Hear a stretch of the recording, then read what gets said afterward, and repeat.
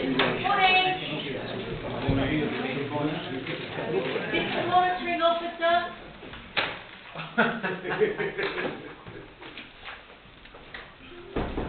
Elliot, who's in charge here? The monitoring officer. Members, we've got a hugely busy morning, but not so much on the agenda. Sorry. Right. Apologies for absence. We've got Andrew Bray, Dominic Elson, and Laura. Is there anybody else you know of? No. Don't think so. Okay. Declarations of interest. I will start because on item 7 I'm going to declare a personal interest for a close family member who works for Devon Insurance Partnership. Robin. Yeah, I think it's probably good to declare it on item 9, because I've been on the Devon Local Nature Partnership and I've also worked on the Local Nature Recovery Strategy Development Group. Thank you. Mike? Richard? No? No.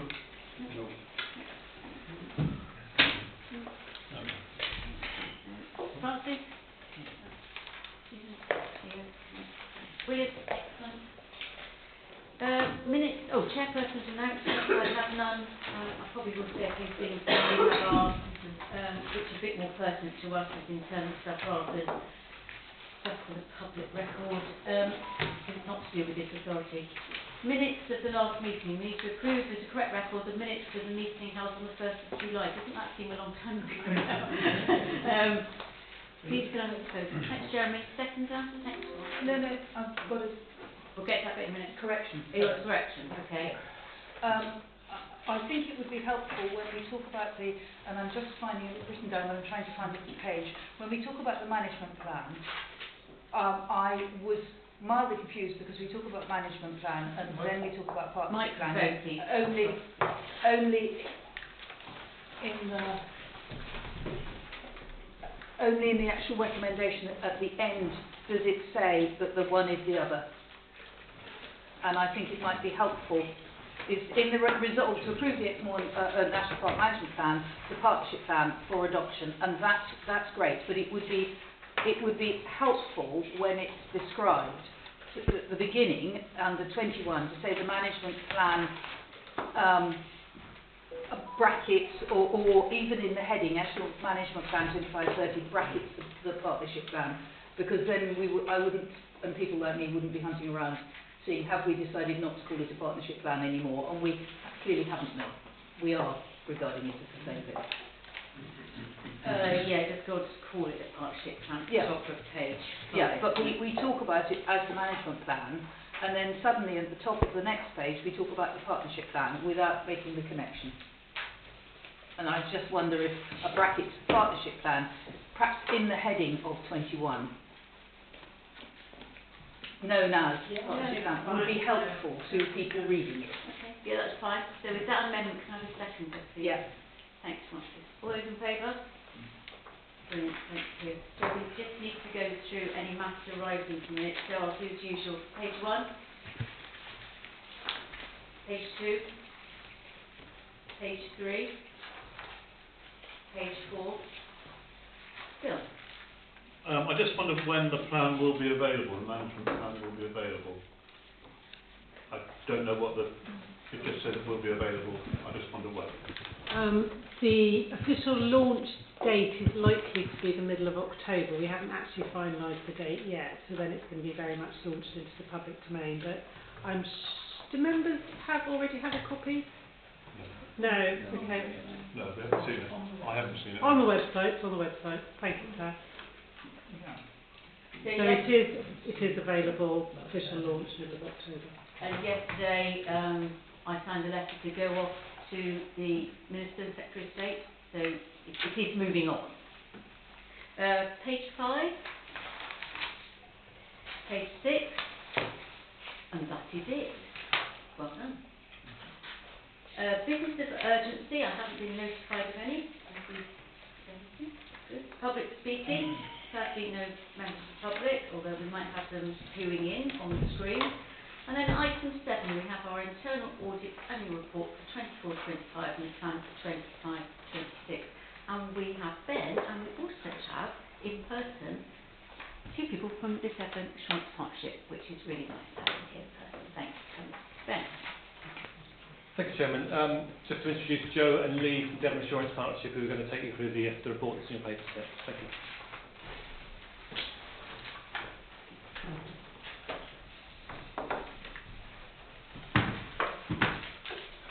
Hello.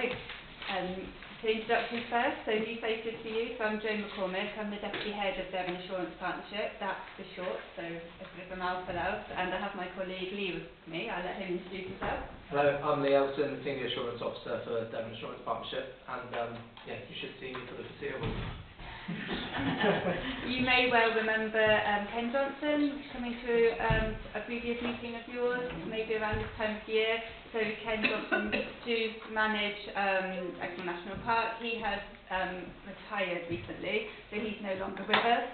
So as Lee said, he will be taking on Exmoor National Park for the foreseeable future, and we'll see you at future meetings. And we would normally come in person when we're doing our annual opinion and presenting the annual plans for the year ahead.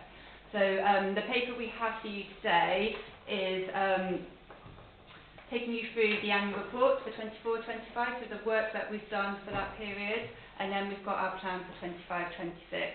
So I'll just take you through the salient points of the report, and then more than happy to take any questions that you might have at the end, if that's okay. So the work that we do for you is looking mainly at the key financial systems. So during 24-25, the work that we've done has been looking at those key financial systems. You'll see as you move through the report on page 3 that we've given substantial assurance on the work that we have done for 24-25, and that is our highest level of opinion that we would give. So that is really good news. Just moving on to the next page, on page 4, you'll see what areas we've covered as part of that. So there's a number of different areas that we've looked through. I won't go through them in detail, but you can see every area that we did review for your records over 24-25 did achieve substantial assurance. So therefore, not too much to go through, because normally we'd be talking through any sort of key issues, any key risks that we've identified, but we haven't. It's all good news across the board there. And then moving forward, we've had discussions with Ben in terms of the audit plan for 25-26, so we do always cover those key financial systems, and then we may do some other work. So we have in the past done some work on IT, so looking at the risks around cyber, for example. But with the introduction of the new finance system, we feel it would be really important to do to a good level of work on the new finance system that's been in place since April this year. Obviously, it's a new system, so what we would do as part of our work this year is to look at all the key controls that are in place on that system to mitigate the risk. So we would do walkthroughs of the system and provide assurance back to Ben and the team and to yourselves that those key controls are working well. So our plan for this year is to spend all our time looking at the key financial systems, and we will report back to you at the end of the financial year on how that's been, how that's working. We will look to have discussions with Ben and the team around January, February time on the plan for next year. So when we then do come back and give our annual report, we can actually have a discussion on the plan as well. So that's really the entirety of our report. But the main thing is the work we've done for 24-25, it's been, good processes are in place, the records that we've reviewed we're very satisfied with. But I'm happy to take any questions. Thank you. We already have hands up. Sean. Thank you, Chair. I mean, I've seen quite a few audit reports like this over the years, and I've never yet seen one like this where everything's got substantial level of assurance, which is really great. I mean, the only thing I can think without trying to look at it all from the mouth is, are you looking hard enough? Happy to come in on that. So I would agree, it's very unique to have green across the board, the high level of green, obviously reasonable level assurance, which is the next rating down, is a really common one that we're giving. Obviously in the current climate there's a lot of reports we do give where we are giving limited level assurance because resources are stretched, etc. So yeah, it is a unique position to be in, and very much after audit committees, how do we get substantial assurance overall, and it is challenging, so I think it's just a big pat on the back to people involved with the systems that have been operated that we've looked at. Thank you. Francis? Absolutely, it's great to see, and I think congratulations to our officers on achieving this, and that is really helpful. I did, however, notice that in Ben's report this year, he mentioned that last year there was one area of reasonable assurance, but I couldn't find out from your report which that was. I did look back at the May, the report, your report, which was tabled in May last year, and found that the reasonable assurance was in the purchasing arrangements risk area, and looked at what the recommendations were, and then I looked at the report this year, and I was a little surprised to see, unless I've misunderstood, that the matters that had been raised last time are something that needed to change with dates on them, some of which were were in the past by then, but some were later. Well, these seem to be on page 29 of the pack, which is item 7, appendix 2, appendix A. These seem to be the matters which you, due to constraints during the current audit period, the following areas could not be assessed, or they will be assessed next year. I just would have hoped that you would have checked on what had been recommended last year. Yeah, we would have done some high-level work on that to give us ourselves assurance. So without having last year's in front of me, I'm not sure what those errors, those well, I can read them to you if you'd like. It was the matters that you said you didn't look at. Okay. Obviously, we do ensure that we look at follow-up points from previous years, so we would have taken some follow-up points into account, but we haven't done the detailed testing on those this year. So we will do those in the new system, look at what the new processes are and follow up them to ensure that they're working. When we've done the work for last financial year, we would have carried out walkthroughs and satisfied with those. So we will ensure that we do pick that up. We've been satisfied with what we've seen to date for the 24-25 period. Thank you. Andy? Thanks very much. Again, huge congratulations. I would think this is a fairly rare occurrence right across the country. And it's not to be underestimated. This is sort of a whole year, 365 days worth of work, so thank you for that. Just one question I had. Within the auditor's report, it asks us as an audit committee to consider about 5 or 6 things: the assurance statement, the basis of opinion, etc. But the last point was that we should consider the overall performance and customer satisfaction and audit delivery. Can you tell me how we can measure the customer satisfaction on audit delivery? Because I've not seen it referenced in the report anywhere. Thank you. So as part of every audit we do ask for, we do provide a survey to actually get feedback on how we've performed, how the audit process has been for the client. So that will come to Ben and the team for completion. In terms of that point in the report, we would normally include our overall satisfaction survey results, which stand at just over 98%. So that's normally included in the report.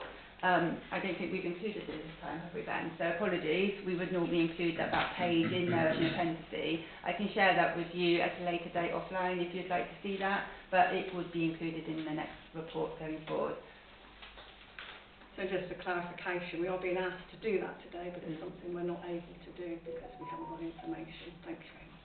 I think Jojo said that it will come back to Ben and the team to do, so that'll be fine. And unless anybody in here would like to, I'm sure Devon Assurance Partnership was very pleased to hear any feedback that members might have. Any more questions? Mike, I'd like to congratulate Ben and his team and move the recommendation, Chair. can I add a recommendation, if you're happy to take on, that we actually put it in the recommendation that we are thanking as a body, Ben and the team, because this is astounding. I mean, I do overhear some things that are going on, and I do always read the audit reports that go 7 times to council, and this is really amazing, I tell you. This doesn't happen. So, well done. Thank you. Right, all those in favour? Thank you very much. And can I thank you for coming? Yeah, thank you. You might have had a long journey, so thank you.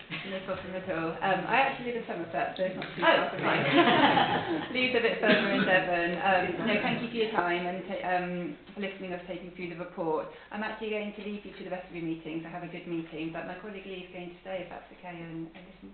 Very welcome.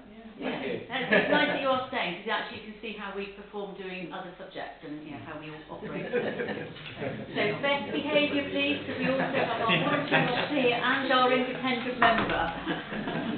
And we are being broadcast. Okay, let's move on to the next item, members. So, Ben, it's back to you. Always this same roadshow, isn't it, at these events, after a bit of a break. So it's now the outturn, please, 24-25. Thank you, Chairman. It's only a short session for me today. I mean, November will be our big thing, crunching in terms of budget monitoring, corporate plan monitoring, etc. So really, I mean, this paper being brought to you next, the statement of accounts, would normally have been brought to your July meeting, alongside the outturn and the management accounts for the year. But unfortunately, due to the time of the completion of the final accounts by the end of June, it wasn't possible to meet the paper deadline for that, so I'm bringing it to you at this juncture. The statement of accounts is built on a completely different basis to the management accounts that you've seen previously. They look very different. There's a number of accounting adjustments, such as depreciation, capital accounting, recharging of overheads, pension fund accounting especially, which impact upon these financial statements. And they aren't presented to the management accounts which you received previously. On the financial statements, so there's a reconciliation between the two documents on page 9. So the 24-25 statement of accounts is prepared by myself as the Chief Finance Officer. It presents our financial position and the performance of the authority for the year ended 31st of March 25. It's in compliance with the relevant regulations and standards. You'll be able to see from our balance sheet on page 14 that we're showing a net asset position of just over 24 million. This is around about 1.4 million greater than in 23-24. And that's due in part to increases in our property, plant and equipment values following our annual valuations, revaluations, and our capital spend on vehicle and equipment assets. But it's also due to an increased cash holding at the balance sheet date. This statement of accounts is going to be subject to external audit, and our external auditors, Grant Thornton, are about to commence on-site work next week on that process. The team from external audit have been doing some planning work. They are anticipating completing that work by the end of November. So it's quite an intensive period over these next 2 months. I have to say it's quite an overbearance of audit compared to the size and the risks of the authority that we are, but it's one that we have to comply with. So that work is about to start in the next week, and we anticipate, all things going well, coming back to members here for a November-December final accounts committee for the accounts to be approved and signed off for the year. I do have to say that the accounts have been prepared on a going concern basis. I, as Chief Finance Officer, has assessed the authority as a balanced medium-term financial plan. We've got a robust budget setting process. We have got ongoing funding streams, albeit some challenge ahead with the government's spending review. And we've got adequate reserves to meet our future challenges. And that going concern basis assumes that the authority will continue for the foreseeable future. So really for members, this paper is a to-note paper, to note that it's actually been subject to audit, it's been published, and that we will bring the full position back to you post-audit situation. So members are asked to note this paper, but I'll willing to take any questions that some members may have on this. Members? Can I take it? Oh, thanks. Just like to say, I sort of echo the comments really. I do wish that there could be different returns accounting-wise for smaller, when I say small organisations compared to the very, very large ones. I think it's really onerous for the staff and a lot of time and effort expended, and I'd love to see in the future perhaps there to be a two-tier, and I think that's been talked about for quite a time, and I absolutely support that. Just to say as well, and I'd just like to put it on record, we've obviously had the DEFRA funding that came through, was very welcome, sort of late in the whole budget setting process that we've got, but again, I think we need to keep putting on record that we need a multi-year settlement. Going year to year and last minute is just so very difficult for any organisation to manage, especially when budgets are tight. So I just think we need to keep putting it on record, keep banging the drum in the hope that one day we can get to a point where we can have a multi-year settlement and really start to plan a few years hence. I think we need to keep saying it in the hope that somebody somewhere will listen and help us with that in the future. Thank you, Chair. Thank you. So with that, can I have somebody to move my question? Oh, sorry, Mark. Actually, I did have yeah, I did have a question. No such thing as a stupid question. I'm about to prove that wrong. I was actually just looking, and I was thinking of short-term debtors and creditors. I assume that's 1 year. But then I thought, oh, I wonder what last year's were. And then, of course, it's down the side of that. And there's a big drop in short-term debtors. I wonder whether that was a specific thing. And those figures, are they short-term creditors? That's, I presume, 596,000, that's $500,000. Is that normal, and is that just related to local authority stuff that's going on between authorities? We've seen quite a lot of money there as well. Thank you. There is normally a fair bit of fluctuation in terms of debtors, and that's note 25 to the accounts. On page 42. Page 42. So, I mean, the principal reason for that drop is around actually, we had quite a lot of FIFL funding from DEFRA that was due to us in 23-24 that was fully paid in year in 24-25. So that's one of the differences. The other core reason is an increase in bad debt provision, and this relates to our long-standing legal situation and a change in the value of the property that was repossessed for sale. So that's those two factors impact on that. And the creditors, I mean, there's only a slight increase in creditors. I haven't got the figures to me on what that is at this stage. Thanks, Ben. Okay with that, Marcus? Cool. Francis? Thank you. And I echo everything that Mandy has said. Just a bit of explanation, because finance isn't my strongest subject. We know that. So I'm looking for an explanation on page 12 of the item, which is 47 of the pack. There's the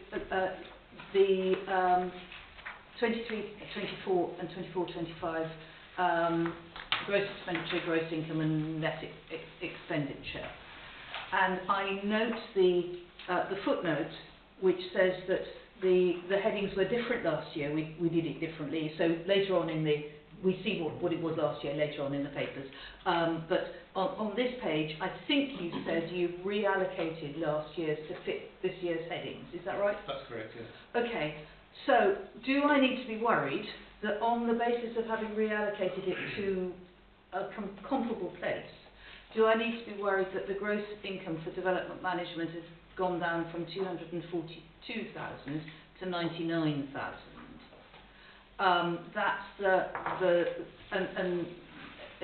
again the gross income on recreation management has gone down from 367 to 240, which is a sort of again a big drop,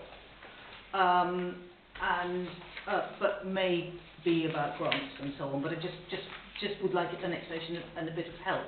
And why what's been allocated as expenditure for corporate management has gone up by 2.5 times. Thank you. The last one is probably the easiest one. In the corporate management is essentially the leadership team. Right. In the previous year, they were apportioned over various other headings. Yep. So I thought it might be something like that. So That's really the easy one to answer. Yep.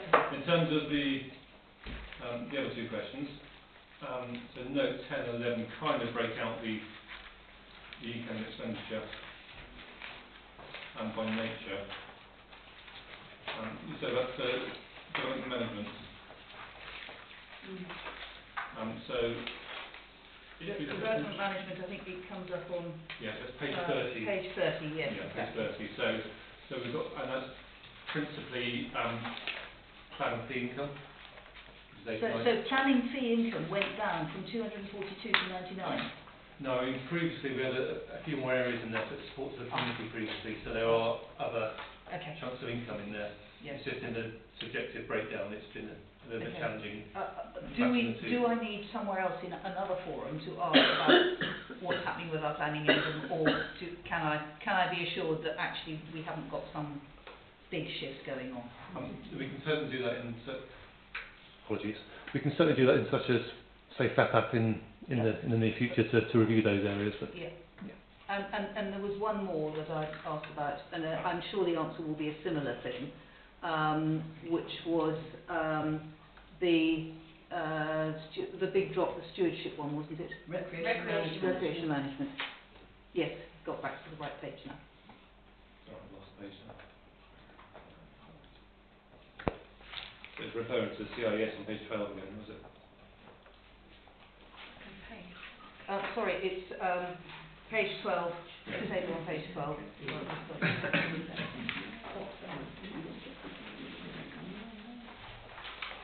I imagine it's something similar. It is going to be on the reallocation from the previous subjective headings, because I mean previously we had it's following the comprehensive spending review 2010-2014. We had the bubbles, so we had support to land managers, support to community, and support to business. So what I've had to do is split out those into the 8 what we call DEFRA headings. So it will be to do with that. I can't give you a coherent answer in a short space of time here. And the reallocation isn't an exact science. That's big. Okay, thank you. Thank you. I see no more hands. I need to propose it, please. Thanks, Mandy. And a second. Thanks, Stephen. All those in favour? Thank you very much. Thank you very much, then. Thank you, members. Item 9 is the Devon Local Nature Recovery Strategy. So it's the same as the Somerset one, but in Devon. Well, it's not the same. It's completely different, actually, but you know what I mean. And Alex is here to take us through it. Now, just before we go any further, we did have a member of the public, which was all emailed out to you last night, from Mr. Watts. So I hope you had a chance to read that. It's very helpful. And just while they're having a little chat and sorting out the IT, I just want to remind you that this is about going out to public consultation, not us going through it and coming back with what we want to put in it. So all we're doing is asking for approval to go out to consultation. Then Mr. Watts' comments need to go in his response to the consultation, if that makes sense to everybody. Okay, Alex. Thank you, Chair. As mentioned at the July meeting, this is the Devon counterpart for the draft Somerset LNRS, brought for approval for public consultation. And as a reminder for those who may not have been at the July meeting, the LNRS is a requirement set out in the 2021 Environment Act, with the counties having the role of the responsible authority and the duty to produce the LNRS. And we as the National Park Authority are a supporting authority along with the district councils and the unitary authorities in Devon, and we're a form of consultee, hence this process, partly because of that. Its purpose is to provide a strategic framework for arresting the decline in nature, with a descriptive element and mapping, showing both importance and opportunities. It consists of a statement of biodiversity priorities, which which when within that there's a description of the area and its biodiversity, description of the opportunities that are considered to be there, and prioritising those with potential measures. So that's the statement of biodiversity priorities. The habitat map has the national sites, the protected sites, and also local nature reserves. It also has, that's the existing habitat, as defined by DEFRA. That's how they want it shown. Then there are areas that could become important, and that's really the tricky bit. That's a lot of science gone into it. Then areas where there are additional environmental benefits, like potential benefits towards quality, etc., from having enhanced nature. So the delivery of it, this is going back to the theory of the whole thing. There's no confirmed delivery mechanism. This is about identifying opportunities and providing guidance and evidence base. There's no obligation or requirement to take it forward, and no protection for these sites, although it will inform planning decisions. It involves public consultation, which can be up to 8 weeks, and that's scheduled to start from 29th of September. They might curtail that slightly, it might be around 6 weeks, because they're aiming for publishing this in full, going live in the end of December, which is DEFRA's, we understand that's what DEFRA's deadline on it.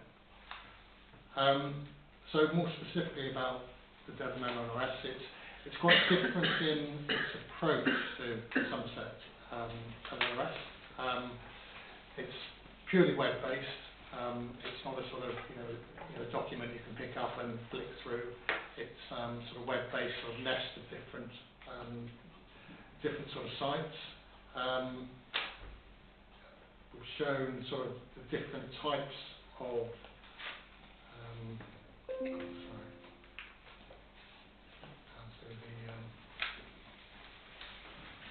pages.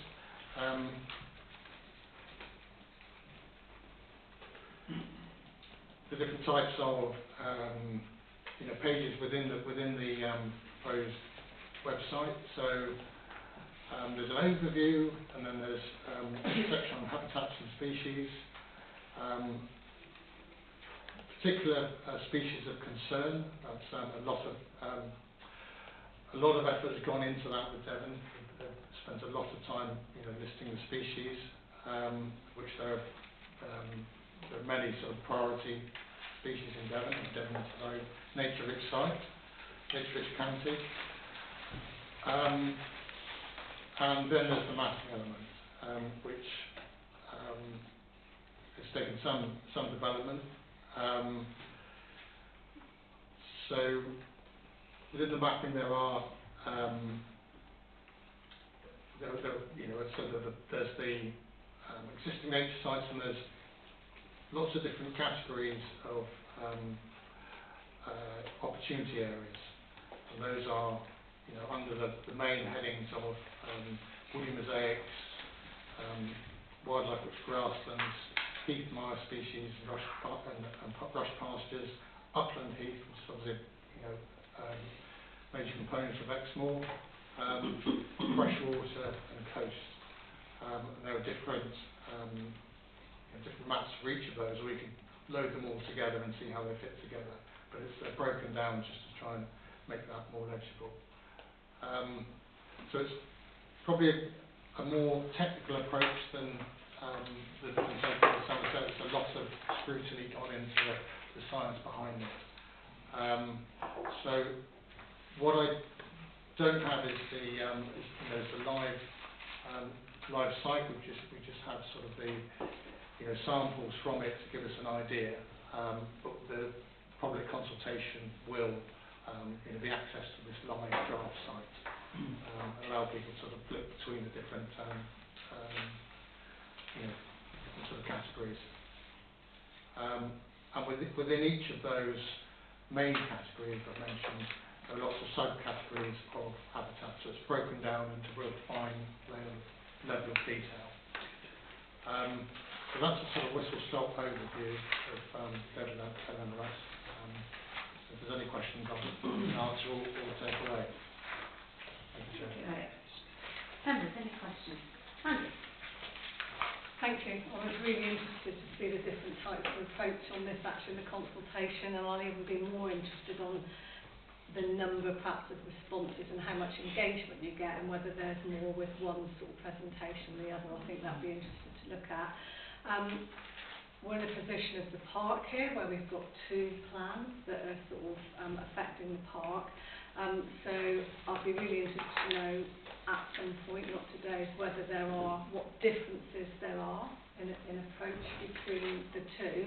And in responding, will we do one response that then goes to both, or will we respond individually? Because there are, as you say, different emphasis with the two different pieces of consultation.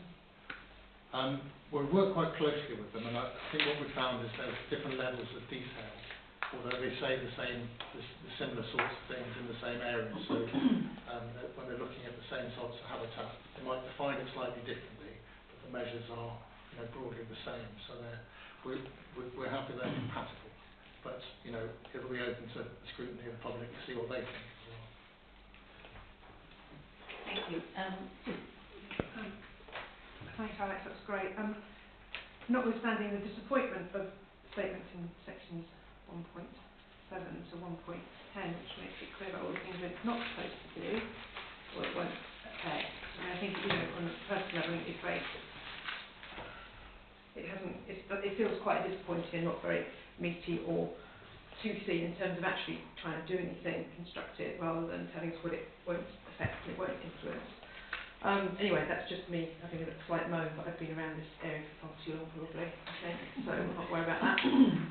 Yeah, I'm just interested in terms of the consultation, how's it going out? And how's it going to go to people? Because I mean, it doesn't feel like it's going to be the easiest thing as even, you know, me thinking about looking at that, replying to that, doesn't feel like it's going to be the easiest thing for people to engage with, perhaps. So I don't know how I'm just interested in I know it's not particularly up to us, but what's the plan? How's it going to go to people?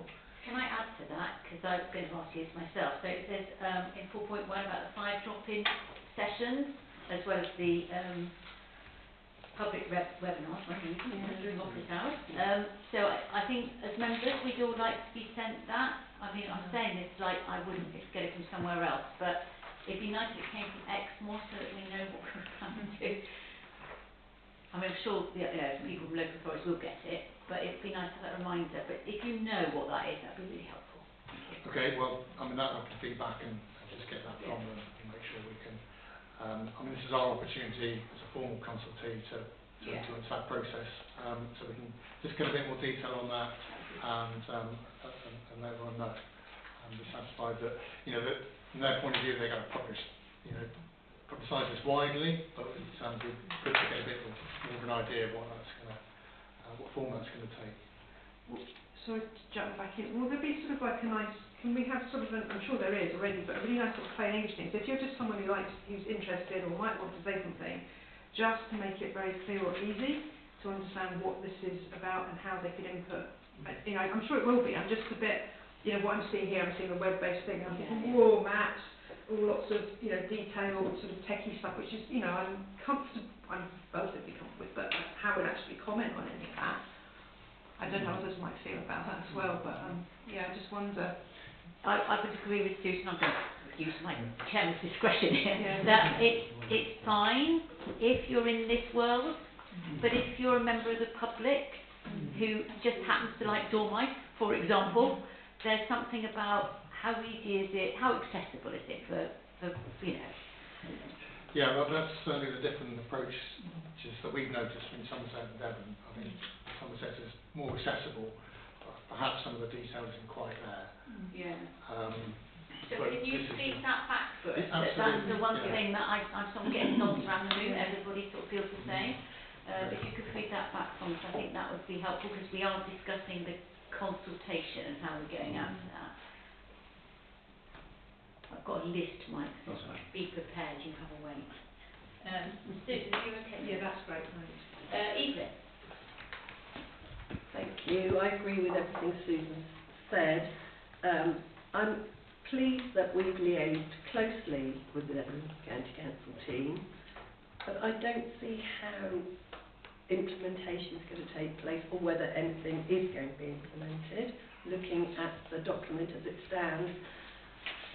So is this our opportunity to influence the 5-week period? Have we got to really get involved, or do you think our involvement has been sufficient to date? I think on a technical basis it's been sufficient. You know, we could always spend more time on it, and we've got to, you know, have to do it with limited time resources we've had, but I think we're satisfied that we've represented Exmoor, they've understood, you know, the ecology here, which they could easily, you know, park. Yeah. not look at it closely, so we feel they do.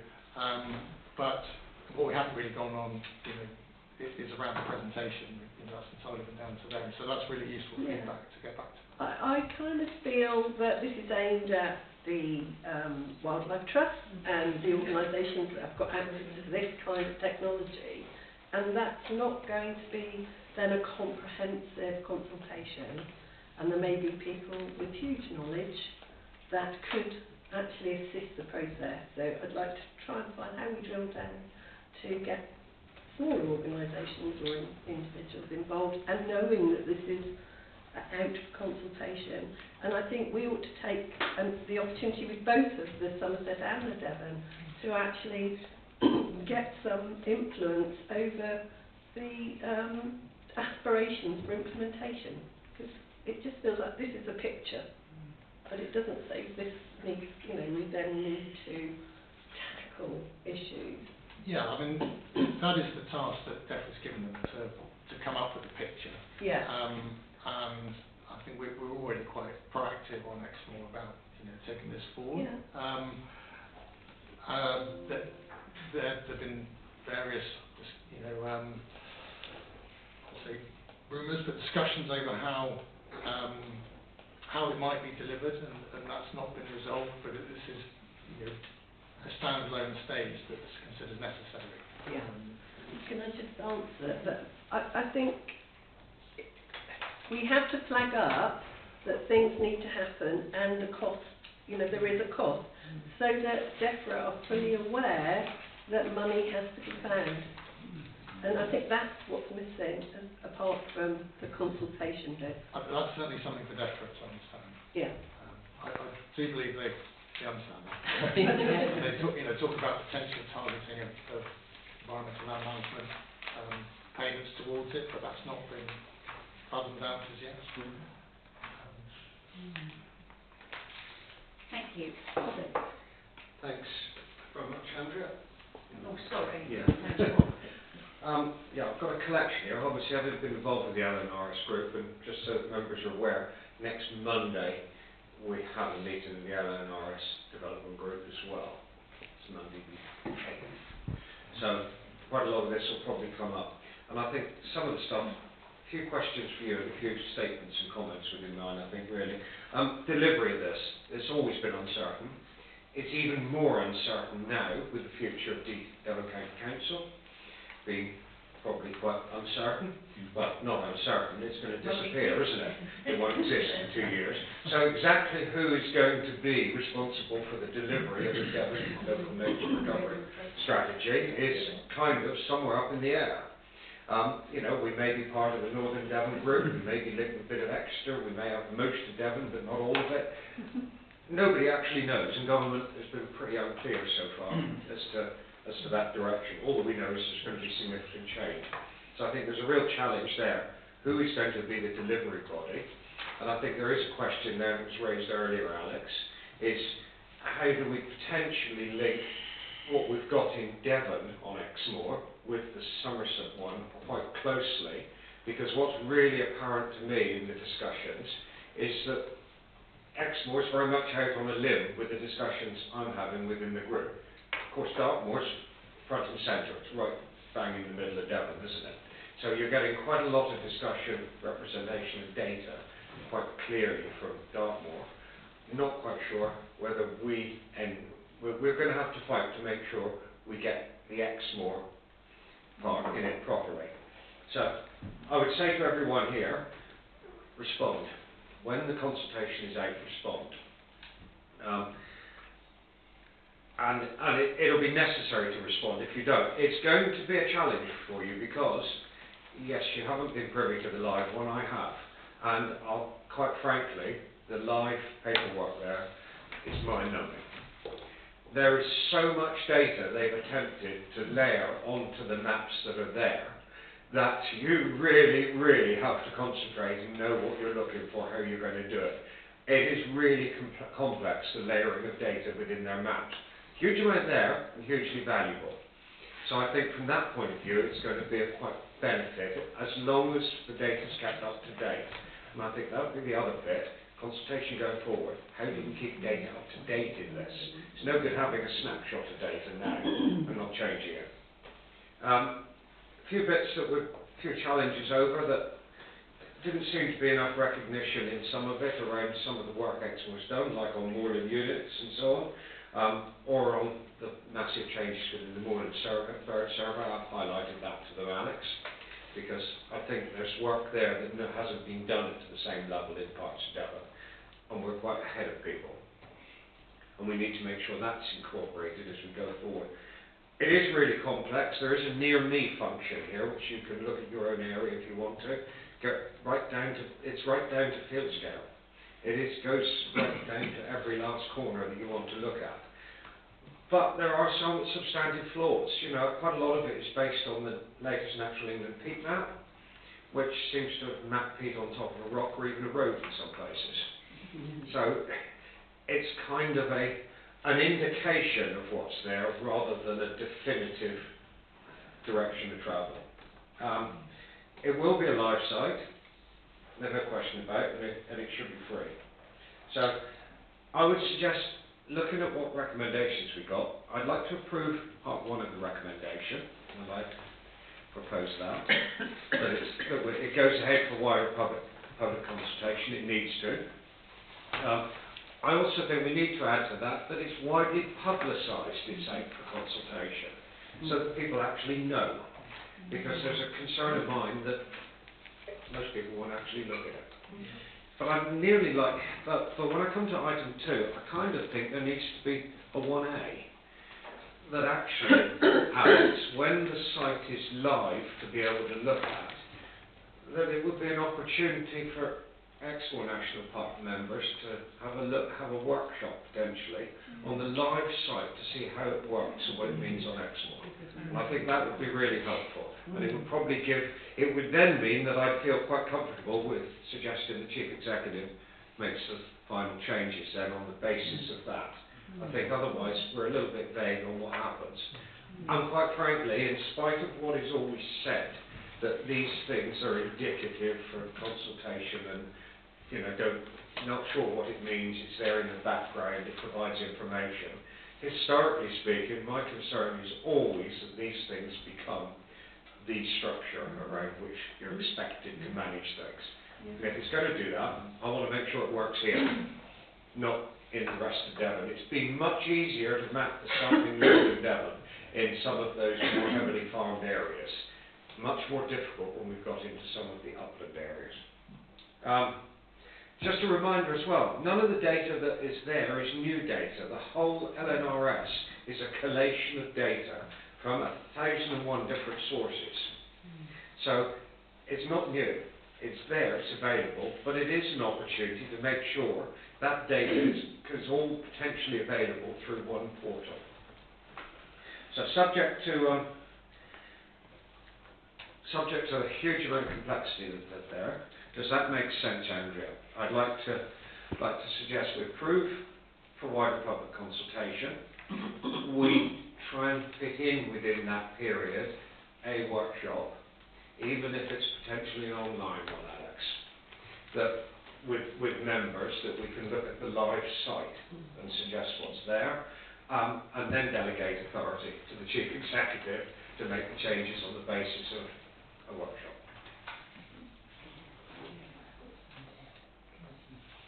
So, does that make sense, Sarah? What about Amendment 1? Can I come back to you on that, Chair? Because I'm very conscious that we've got quite a lot scheduled for the next authority in October, so it would have to be that one. So I think likely members it would be a different day and we do it online if people are happy with that. Or I can't, I don't think we can promise to do it at October because of what else is on the list, but we'll have a look at that and come back to you, but we'll fit something in somewhere. Even if it's towards the end of the period, would be fine. What we'll check is whether there's any planning. Because if there's no planning, then that does free up some time in the afternoon. And if there is no planning, we can do it on the day of the authority. So we'll check that and then we'll get back to you. So keep your eye on your emails and we'll get back to you when that's going to be. But I'm very happy to take that. If you've got a second, looking around the room. We need a second, I think. Sorry, Chair, can I just confirm that the workshop, you're happy for that to take place during the public consultation window, is that right? It would need to be so that members can then respond themselves, yes. I think that would give members the opportunity to see how it works and respond individually, but it would also give us a chance as members to give a steer for the authority's response backed by the members. Thank you. Mike, you were next. No, Chair, I'm happy to second this recommendation. The only point I was going to make is to make sure the strategies and the priorities align between Somerset and Devon, of course, because unlike Bartlett, which falls wholly within Devon, we do straddle the boundary and nature's no respect of county boundaries as far as I know. So we just need to make sure, and I'm sure that is the case, that the priority habitats and the strategies do align, of course. But on that basis, very happy to second the recommendation. Thank you. Jeremy. Thank you very much. The issue that I have, it might be there, but I wasn't able to see it, is whether the threats are identified and what actions are being placed to meet those threats. And I was thinking in particular about our Ennis, which is obviously cross-border, and having spent quite a lot of the summer pulling up Himalayan balsam, there is much work to be done. And how is that treated in this Devon one and in Somerset, and the two have got to treat them the same way? Thank you. So that is part of the responding to the consultation. And then I've got Bill. Yes, thank you, Chairman. Just a simple question. Do we need to be required for consultation within the public consultation period, or can we, as an authority, reply after that and still be part of the process? It would need to be either in this formal consultation period for supporting authorities or the consultation period, the public consultation period. So I think after that they've got a very short time frame to then publish, so they wouldn't be looking for additional input at that point. Thank you. Right, any more questions? Mike? Sorry, Chair, very quickly, just a detail. We have had a representation from Mr. Watts with some quite interesting insights, actually. So are his comments going to be part of our consultation response, or will they be set forwarded separately from a member of the public? He's not a member. He's not a member. No, he's not a member. So So he can as a respond separate himself. member of the public. Yes. But yes, I think it's worthwhile reading what was It said. is. Yes, that was there. Okay. Anybody else? Just, Jeremy. is there a role for our subcommittee, the nature subcommittee in this, and are they being asked to come back and make recommendations for the authority? Alex? We haven't directly involved Nature Conservation Advisory Panel, although lots of those members would have been involved in the process through the counties themselves, because generally, lots of the members of ENPA will be part of the local nature partnerships, and they'll be involved in this process themselves. I wouldn't say that's everybody on the whole Nature Conservation Advisory Panel, although they will have had briefings through the from Devon and Somerset as it's progressed. So they've certainly been aware of it and been encouraged to get involved. So is there not a role for this group about the fact that we have this cross-boundary comments going around, which is very pertinent. I mean, maybe there's a role for the group there, I think. I'm not on the I group. would agree. Yeah, I am on the group, Yeah. but there's been no advice that help is required by the authority, and I would have thought there would have been a call for help. Alex, can you take that on board, please? Yes, certainly. Mandy? Thank you. I think for me as well, we've heard about the similarities and they're okay to comment on. For me, it's the differences that are just as important. Is one saying one thing and one saying something else? Because in our response, we'd have to be careful how we were responding and which we were agreeing with or disagreeing with. So what are the common factors? More importantly, are the differences between the two, so we can make sure we're responding in the right way to both. Thank you. Bill? Sorry, Chairman, just could we be reminded where we are with Somerset? Yeah, maybe that would be helpful. We've had a break. We're not very good at Alex, where are we with Somerset? So from our point of view, we're waiting to hear back for the results of the public consultation, which is, I understand, is now closed. So I haven't had an update as yet, but no news is probably good news, in that they, would have heard if there had been any issues come our way. So it's probably very much as it stands. But yeah, no news specifically. Thank you. Does that help? Yes, Chairman, I think we should consider it when we consider the deadline. Yeah. Okay, I don't see any more hands up. So we've had a proposer and a seconder. All those in favour? Thank you, that's unanimous, Claire. Thank you very much. Item 10 is the personnel update. We have no starters, but we've said goodbye to Angela and wish her well for the future. I've had no notification of any members' reports. And we have now come to the end of the meeting. I ought to have my microphone on. I think I have now. So there was no members' reports for the recording, and we said goodbye to Angela Hughes, who's left the authority, and wish her well. So I'm now going to close the meeting.